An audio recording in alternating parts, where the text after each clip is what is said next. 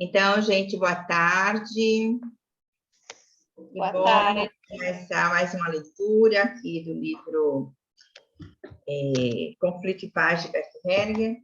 Estamos na página 60 do livro físico e vamos fazer a leitura começando dois tipos de inocência. As crianças estão profundamente ligadas a seus pais e a sua família. Seu objetivo, seu anseio mais profundo é o de poder pertencer à sua família.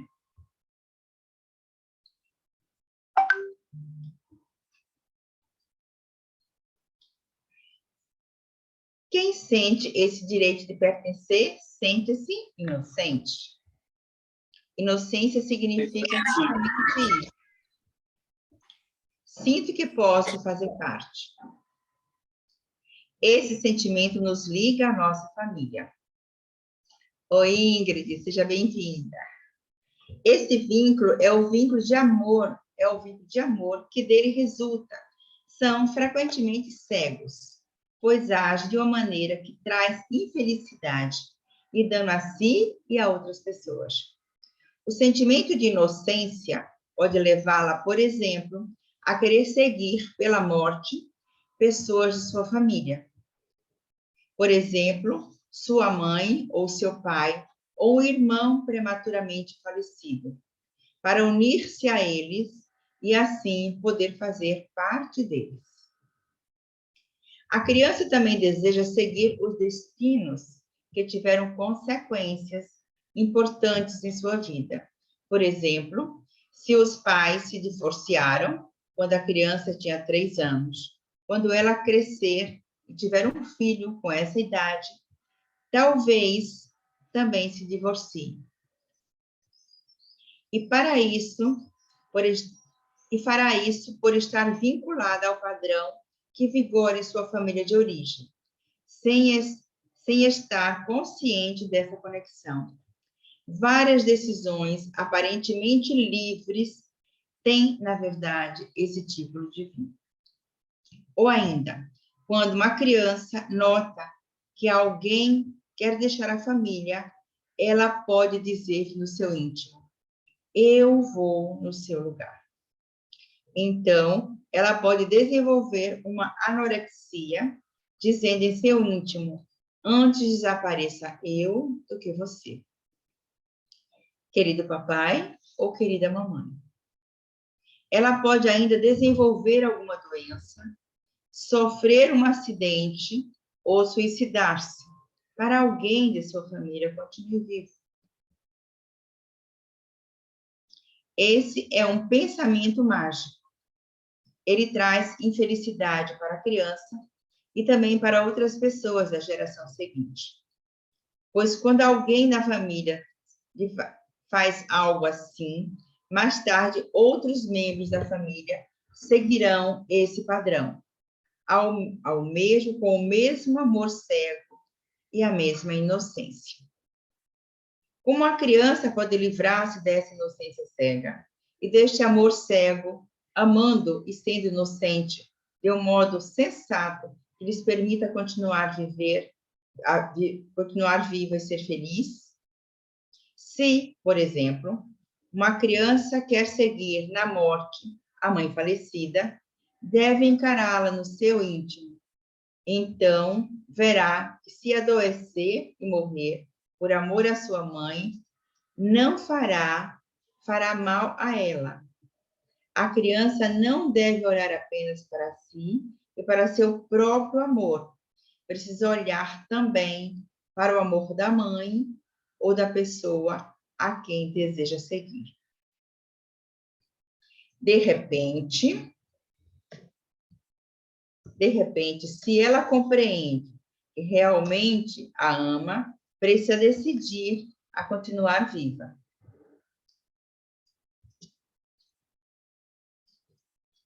Então, continuará viva em virtude da sua ligação e de seu amor, mas de uma ligação e de um amor esclarecidos, que também levam em conta a outra pessoa.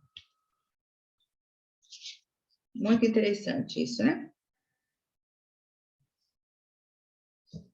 E às vezes nós vemos isso acontecer. No caso das doenças, principalmente. Consciência e conflitos. A consciência é, em primeiro lugar, um saber instintivo que acompanha toda ação que se dirige a outras pessoas. Ela é, primeiro, o saber sobre o que é necessário para pertencer ao grupo.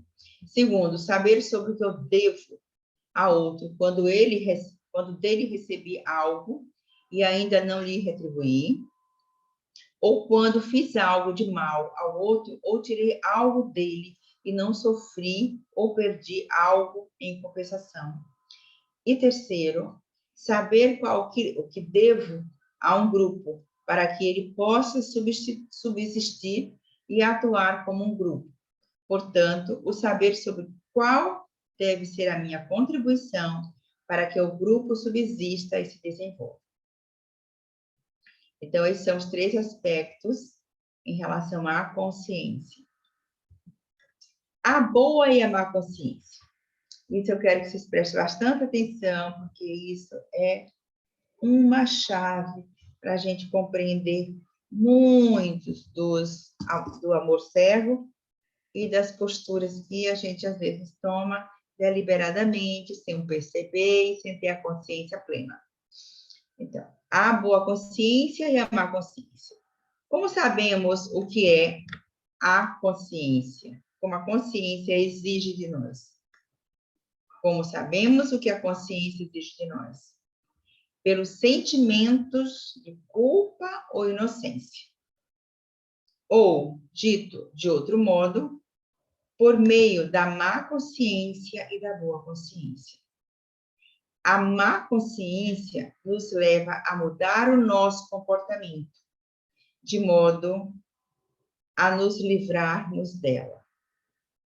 Então, cessa o sentimento de culpa, sentindo-me inocente e com boa consciência. A consciência não propõe conteúdos. Ela não é o conhecimento do que devemos fazer, mas o conhecimento de um estado ou sentimento interior.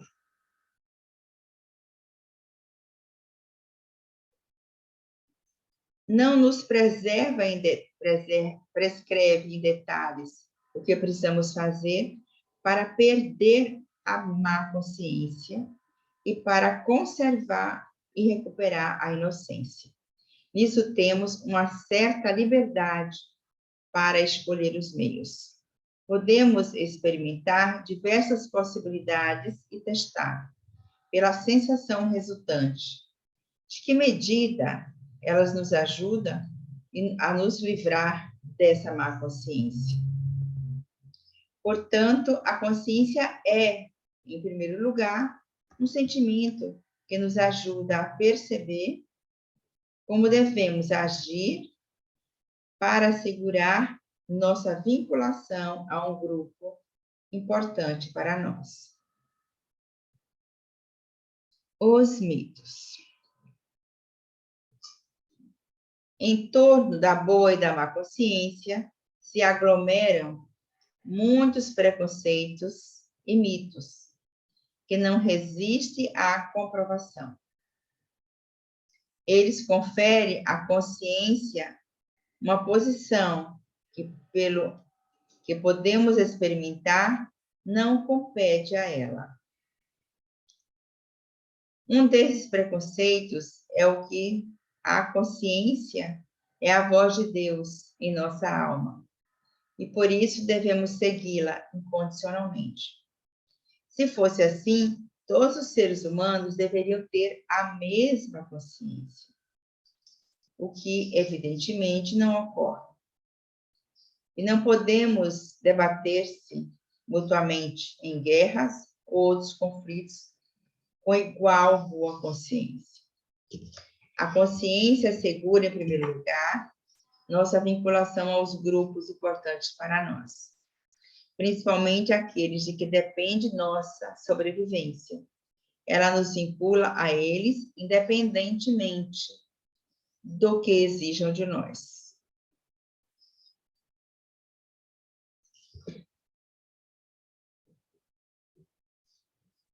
Consciência e grupo. Sentimos-nos de início como integrantes de um grupo, e de uma tal maneira que nos sentimos incompletos e perdidos fora dele. Sobretudo, quando não podemos nos associar a outro grupo semelhante. Nos grupos importantes para a nossa sobrevivência, cada parte está a serviço do todo. Todos sentem que pertencem ao todo e que lhes são devedores. Por isso, quando é necessário, também estão dispostos a sacrificar-se pelo todo. Somente no todo o indivíduo atinge sua plenitude. E no todo ele sobrevive, mesmo que pereça a seu serviço.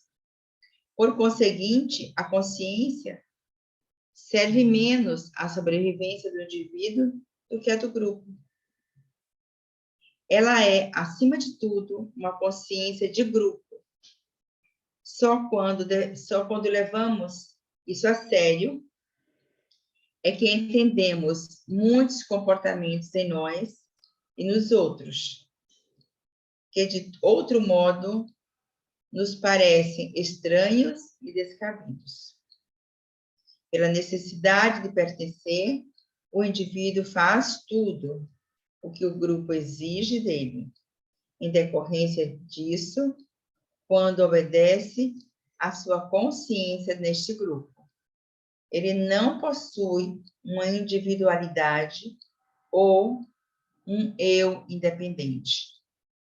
O que ele experimenta como sua individualidade e seu eu no grupo, seja o que for, no fundo, a individualidade e o eu do grupo. Por essa razão, muitos se alienam rapidamente num grupo, perdendo o bom senso e o discernimento. Tais pessoas, com essa boa consciência, tornam-se muitas vezes sinistras e perigosas para os demais.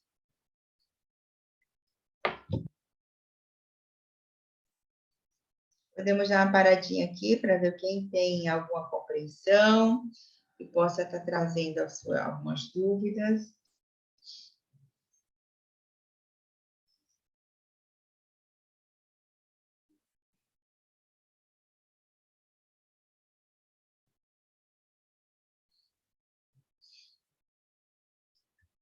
É muito interessante aqui como está dividido, né? A boa e a má consciência. E o que está em jogo. O que está em jogo é o pertencimento. Quando a criança, por exemplo, se sente na ameaça desse pertencimento, ela segue com a boa consciência dizer para a mãe ou pai, eu sigo você.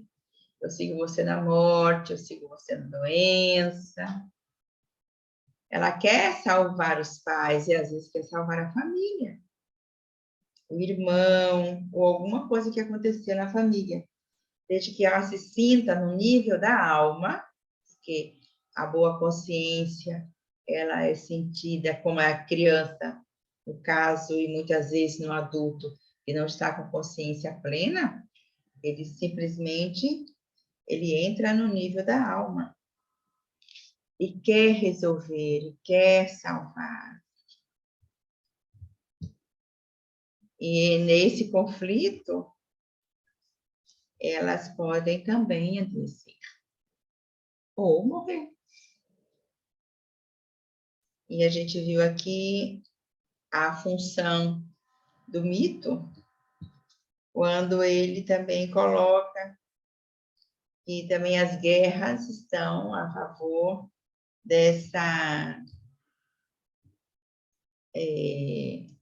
da consciência e dessa ilusão, né, do amor cego. Então, na consciência de grupo também. O que está em jogo é a sobrevivência do indivíduo. Menos o indivíduo e mais o grupo. Não sei se vocês se apercebem como isso é comum, que em nome do grupo a gente queira fazer qualquer coisa para pertencer.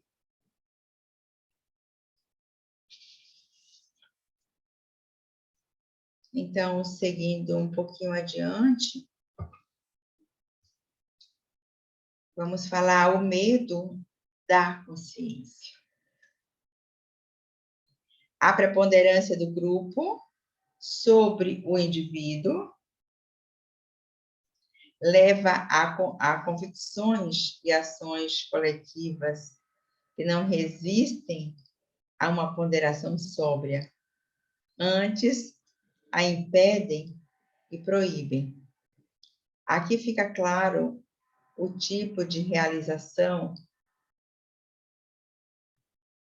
que se quer do indivíduo para livrar-se das amarras e prescrições da consciência do grupo. Ele precisa superar o medo das sanções que são ameaçadoras, impostas pelo que obstinam das convicções e prescrições do grupo. Só quando superar esse medo é que o indivíduo poderá enfrentar a realidade, tal qual ela se mostra. Ultrapassando a consciência, ele poderá alcançar as compreensões que podem libertá-lo, mesmo que só parcialmente, da cegueira e das pressões da consciência.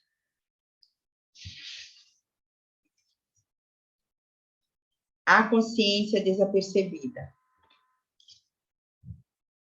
Além da consciência que sentimos, existe uma outra consciência que não sentimos, cujas leis reconhecemos apenas por seus feitos no grupo. Essa consciência escapa em larga escala da nossa percepção.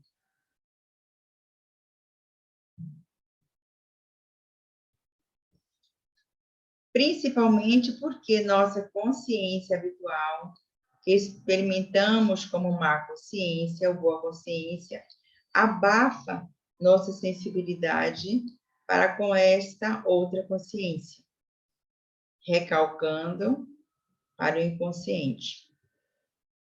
Há ainda mais de que a consciência que percebemos, essa consciência é a consciência de grupo, é uma consciência coletiva, comum à família.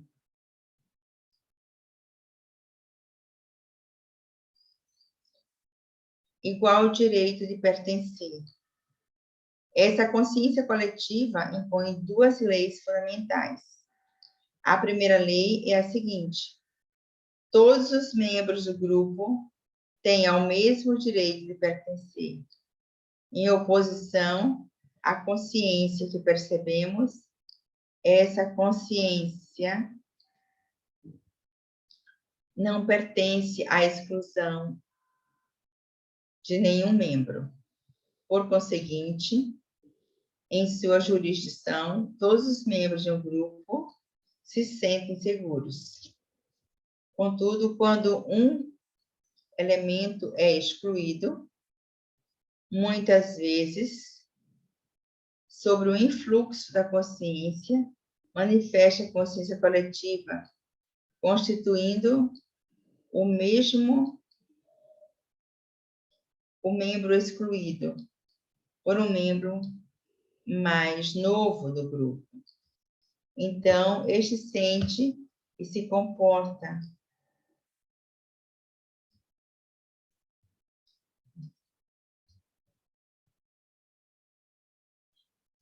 como um outro que foi excluído, sem que ele e os outros do grupo se apercebam dessa representação. Por conseguinte, a consciência coletiva vela pela integridade do grupo, e quer estruturá-la quando ela se perde. Nisso, ela não leva em conta as razões que motivaram a exclusão. Em outras palavras, a consciência coletiva, ao contrário da consciência habitual, é amoral, ou, mais precisamente, pré-moral. É uma consciência arcaica, que ainda não conhece a diferença entre o bom e o mal, no sentido moral. A consciência coletiva procura restabelecer a integridade do grupo, sem deixar em conta a culpa ou a inocência do membro que deverá, mais tarde, representar o excluído e mantê-lo de volta ao grupo. Também, sobre este ponto de vista, ela é amoral.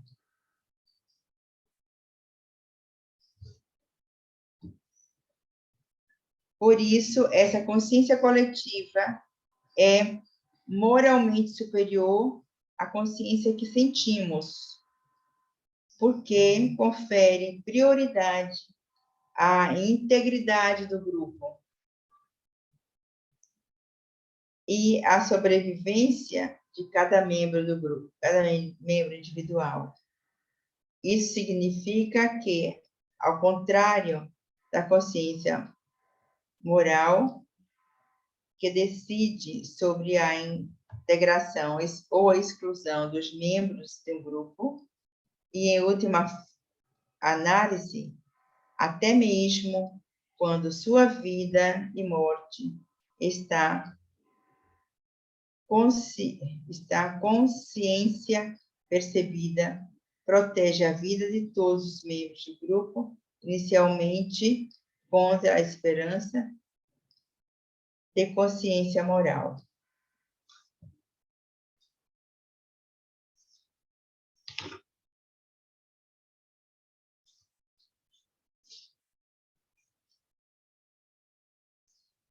Vou ler até esse próximo texto e paramos aqui para fazer um comentário.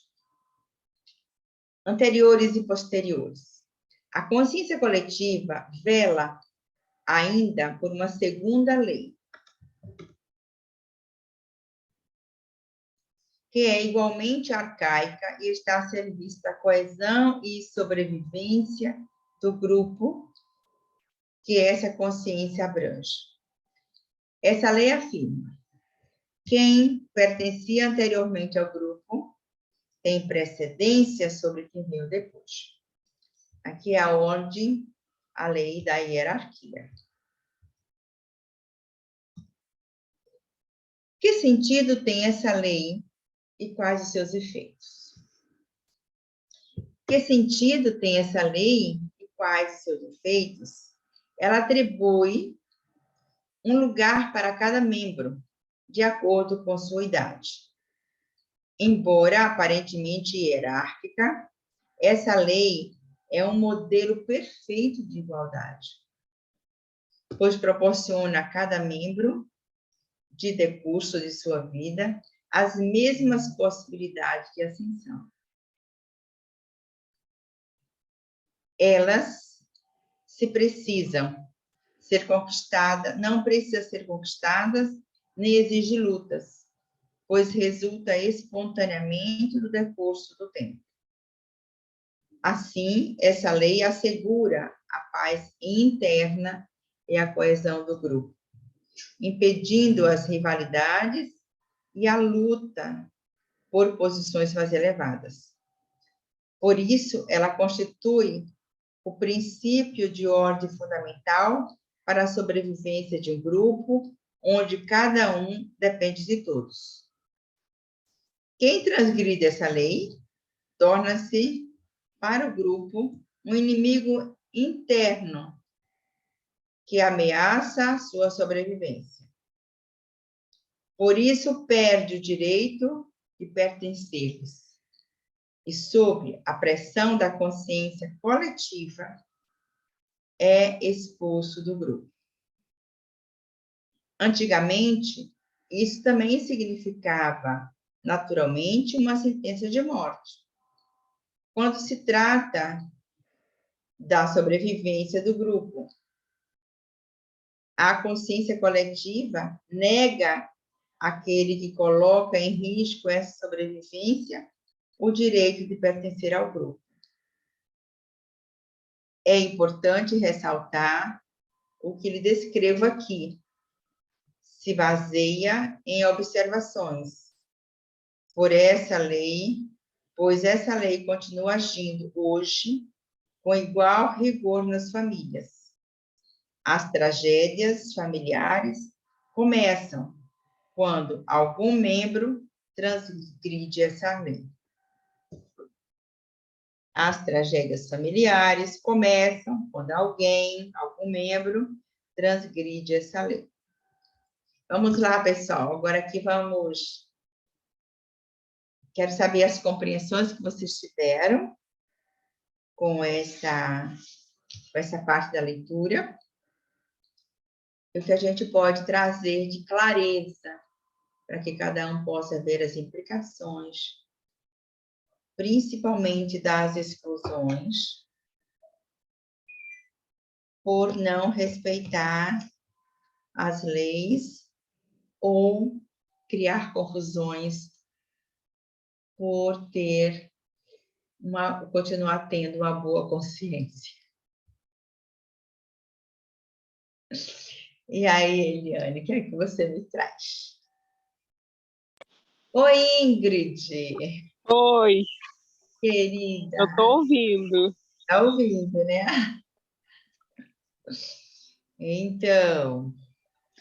Quando você tá aqui, a lei da hierarquia, né? De quem vem antes tem precedência de quem vem depois. No caso, né? Vamos dizer assim, num caso onde houve uma família, houve o nascimento de um membro, aí houve a morte precoce e depois o natimorto e depois o último membro. Então, aqui, se não for olhado, né, amorosamente, cada um no seu lugar, aí já começa o conflito. Uhum. Sim. Sim. Porque o que acontece, Eliane, geralmente, é que se esquece dos abortos, se esquece dos natimortos, e só se conta os vivos. Então, aqui, nesse equívoco, aqui há muita confusão. Porque se todos têm um lugar e que os abortos vieram antes daquele nascimento, os natimortos vieram antes daquele nascimento, e por que se conta só o que vem depois, né? Então, o nascimento, ele traz uma marca fundamental em todas as famílias. O próprio ato de nascer já legitima um lugar. O próprio ato de existir, o próprio ato de não nascer, o próprio ato de ser concebido já legitima um lugar. Tem uma professora nossa da Espanha, ela trabalha hoje e traz uma compreensão muito fundante sobre o sistema gemelar. Então, o sistema gemelar, e mesmo a gente não sabendo que, às vezes se coloca assim, não, é uma gravidez única, é aquela gravidez veio a termo, o bebê nasceu. Mas no próprio processo de gestação, pode ter havido gemelaridade, e essas células não se desenvolveu. Só que essa pessoa que participou desse sistema gemelar, ele também traz a memória no seu campo mórfico de todos os gêmeos que não conseguiram nascer. Então, como foi que isso foi descoberto? Quando, pelos processos das compulsões, quando pessoas querem comprar demais, ou querem comprar duplas coisas, então, ou por sensações corporais. Então, tudo isso aqui, quando se coloca numa constelação, isso também pode vir a ser revelado. Então, essa questão da hierarquia, a gente precisa estar contando, tendo um olhar para incluir todos, porque qual é a questão geral, uma das questões fundamentais da constelação? É que a gente precisa olhar para os excluídos. É porque nas famílias, em todas elas, houveram muitas exclusões. Muitas pessoas que não são lembradas, muitas pessoas que ficaram fora da família, e muitas pessoas que não conseguiram fazer parte. Ou não fazem parte porque não é a pessoa mais maravilhosa do mundo. E aqui ele traz, quando ele fala anteriormente da boa e da má consciência, né? E essa consciência, a boa consciência que faz também acontecer as exclusões, né? A má consciência é quando você faz algo diferente, que você, para a boa consciência da família, para não mudar aquele status quo, tudo permanece igual, não tem mudança, né? Então, e também na boa consciência se exclui bastante, né? A má consciência, quando você engloba gregos e troianos, todos pertencem, essa é uma má consciência. Essa é uma má consciência. Agora eu entendi, agora fez todo sentido. Eu queria entender melhor essa má consciência. Então, quando, vamos dizer assim, eu saio fora dessa consciência familiar, né? Vou dar um exemplo para você. Na minha família, todo mundo trabalha como empregado. No meu caso, eu quis sair disso tudo e fui fazer psicologia, tô no meu processo. Então, isso e assim, eu percebi que os olhos se viraram contra. Apoio familiar não tive. Eu conto com o apoio aqui do meu esposo, do meu pai, agora da minha mãe, depois de tempo de estar na faculdade, né? Mas ainda das minhas irmãs, não. Ainda tem um outro olhar. Você Então, foi a ovelha negra. Sim, você foi com a ovelha negra, né? Você começou a fazer algo diferente, da qual, para eles, não tinha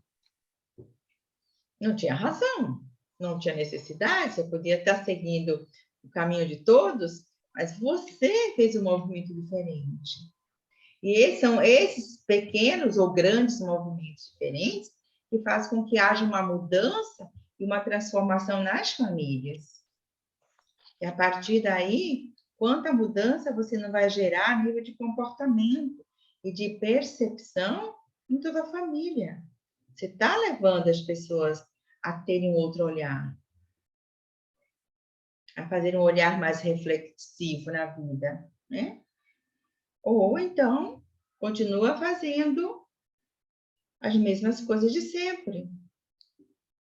Que mudança existe se todos seguem aquele padrão, né? E a boa consciência, ela quer o padrão.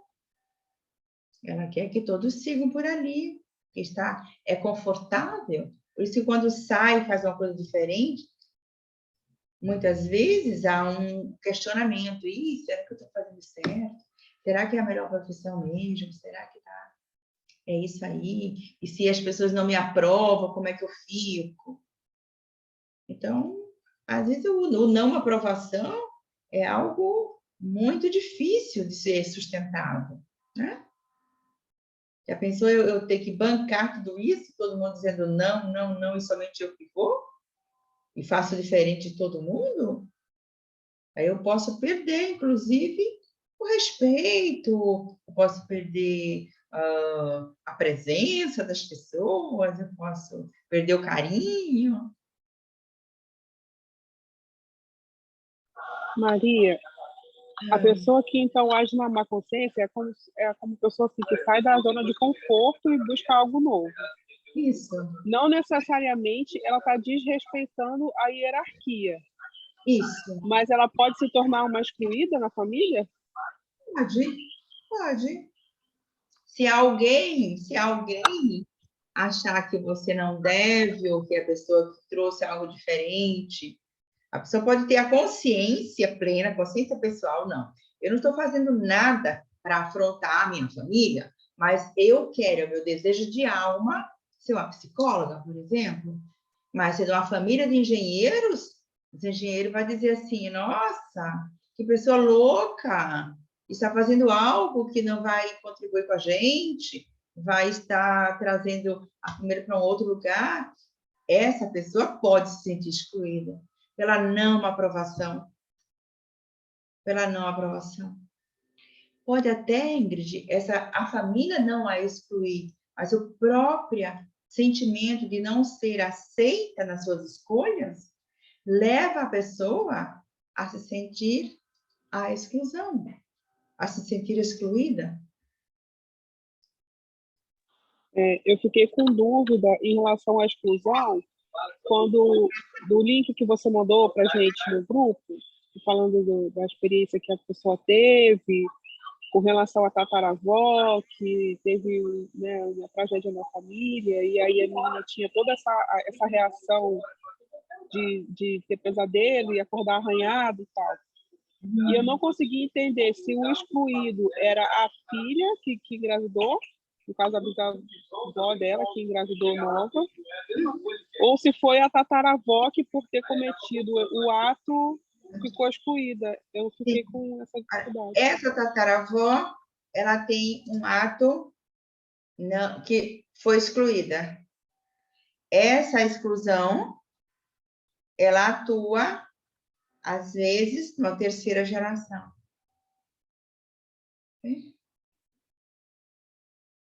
Porque nenhum sistema suporta a exclusão. Então, ela traz alguém, escolhe alguém do sistema para representar aquela exclusão. Então, essa garota ficou com manifestações da exclusão. Então, assim, a mãe faz todo o movimento de trazê-la e ela está ali vivendo todo aquele processo. E muitas vezes essa pessoa que é escolhido, né, para ser esse paciente identificado, ele sofre, mas não tem consciência por que está sofrendo tanto. Simplesmente acontece. É um exemplo assim mais não tão dramático quanto esse, né? Mas um sentimento assim, mas a gente está vendo assim, o quanto uma exclusão pode acarretar infortúnios, doenças e mortes. Porque uma adolescente que se veste de preto, que se vive aquela situação, é como se ela vivesse o protótipo da morte. Né? Então, ela não estava viva, ela estava escondida. Ela não podia se relacionar com ninguém, ela não se sentia bem fazendo isso. É como se assim, se eu faço esse movimento, eu também eu posso desaparecer, porque se o outro diz assim, nossa, não quero estar me interagindo com essa pessoa, não quero convivência com ela, e ela, ao mesmo tempo que passa por esse infortúnio, ela se vê toda arranhada, ela se vê feia, ela se vê magra, ela se vê de preta, ela não tem como interagir com outras pessoas. Então, a pessoa que não tem trocas, que não tem interação, como é que ela está? Ela está viva? Uhum.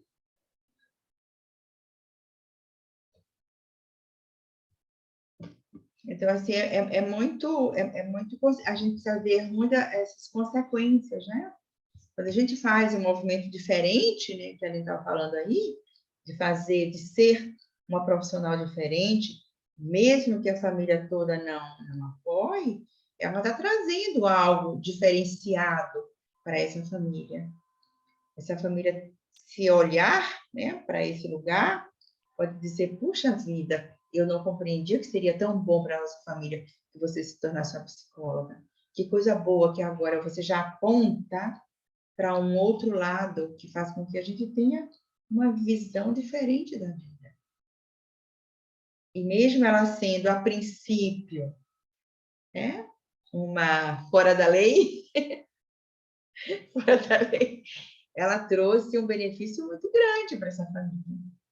Então, a família vai crescer com isso. Né? Mas quando o dano da exclusão é muito grande, o que acontece? As pessoas sofrem muito e todos sofrem. Todos sofrem. Todos sofrem. Sofre a pessoa excluída, sofre quem excluiu, e tudo vira uma tremenda confusão. Principalmente quando quem excluiu não assume a postura excludente. Porque aconteceu um dano, causou um dano. Quando a gente causa um dano, a gente tem, sim, um valor a ser pago, né? Algo a ser pago. E mesmo quando a morte é o que a gente conhece como um aborto espontâneo, por exemplo, isso pode ser considerado exclusão também? Não entendi, Ingrid. Quando a gente faz uma morte... Quando a morte na família se trata de um aborto espontâneo, que a gente conhece como aborto espontâneo. Sim, sim. É o mesmo entendimento de morte, de que a gente está excluindo a pessoa, mesmo que a gente entenda que foi uma coisa natural? Não. Apenas a criança abortada, ela precisa ser contada. Nós não estamos falando aqui em termos de culpa, né? Quem abortou, quem não abortou, se foi espontâneo, se foi... Assim, há um aborto, esse aborto precisa ser contado.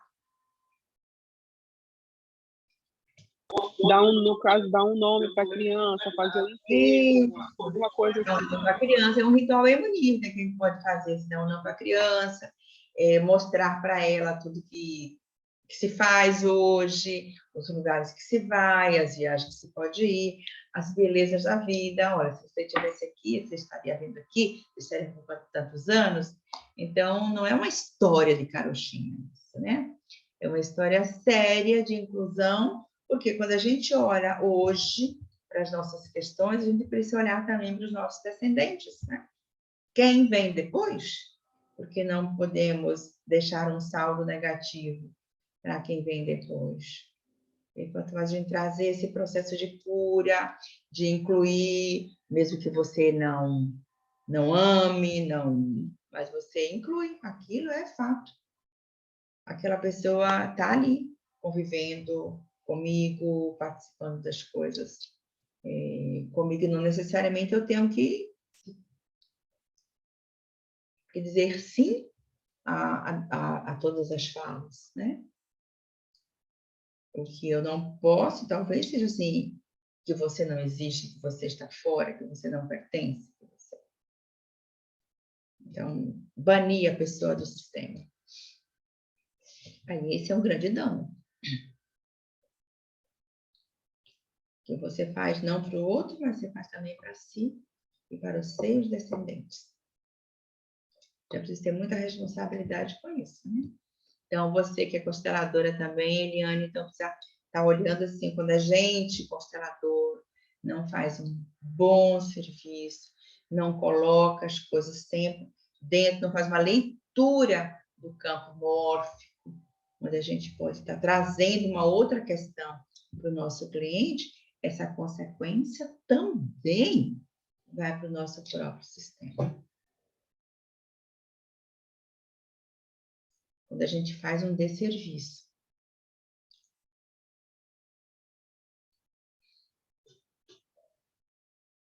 Então, temos um minutinho só agora. Vamos ficar aqui, eu vou marcar aqui, que nós vamos trabalhar na próxima sessão a partir do trágico, né? Da página 55.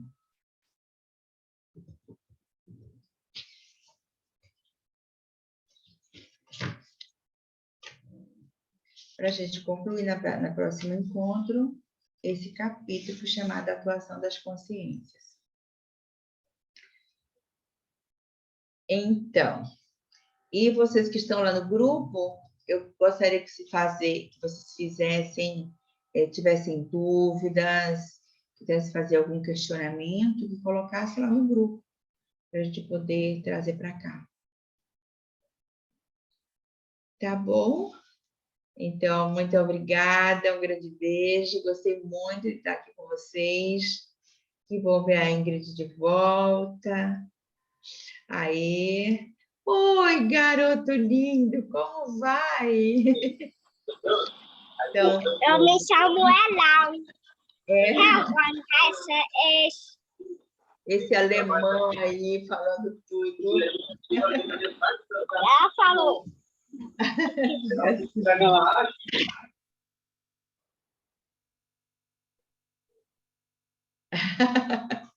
Então, gente, um grande abraço, viu? Interage lá. Tchau. Tchau. Tchau. Tchau, Eliane. Um abração para vocês também. Tá? Beijo. Obrigada. Tchau. Beijo. Até a próxima.